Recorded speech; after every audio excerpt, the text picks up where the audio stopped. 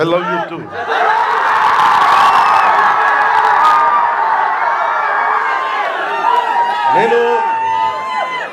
నేను మీకు చెప్పినంత ఐ లవ్ యూ నా బిడ్డలకు కూడా చెప్పలేదు.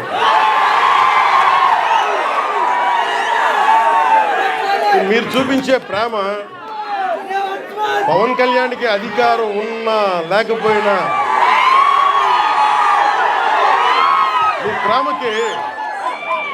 మీ ప్రేమకి నేను రుణగ్రస్తుడిని.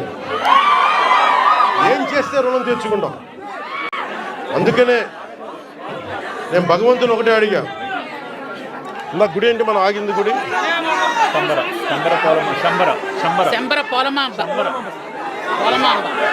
ఇందాక దారిలో వచ్చేటప్పుడు అరవలేవండి, మీరేం చేయండి, అరవలేవండి. దారిలో ఇందాక వస్తున్నప్పుడు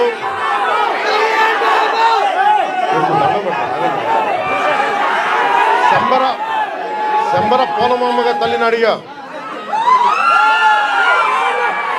శంబర పోలమాంబ తల్లిని ఒకటి అడిగా, తల్లి మా అడవి బిడ్డల కష్టాలను తీర్చిన శక్తి నువ్వు నాకు. మా రాష్ట్రంలో డబ్బులు రావాలి,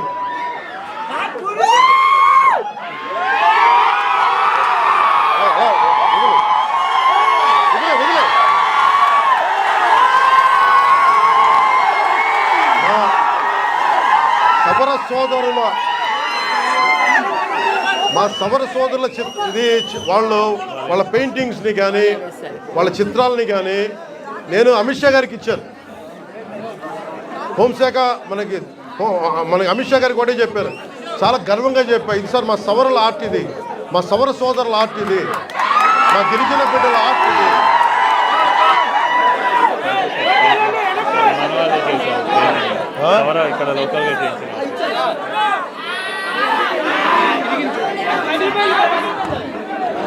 నాకు దీంట్లో ఎంత అందంగా అనిపిస్తుంది.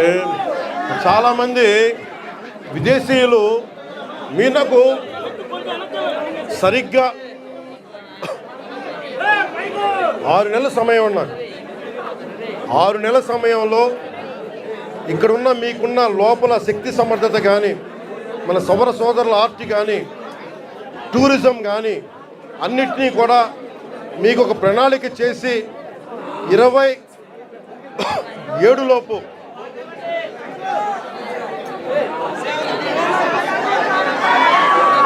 రెండున్నర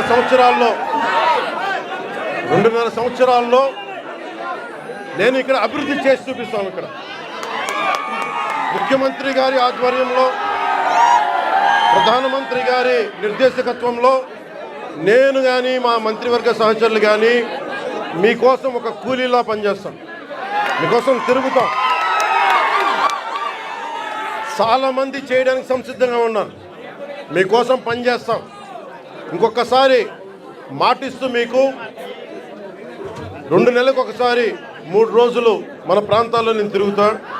అన్ని మన్యం ప్రాంతాల్లో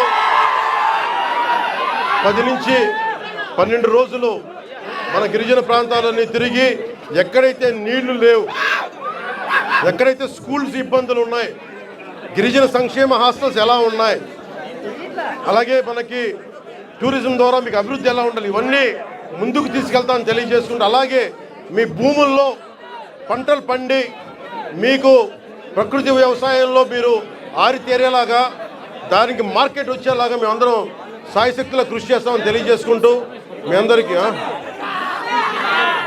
ఏమంటారు,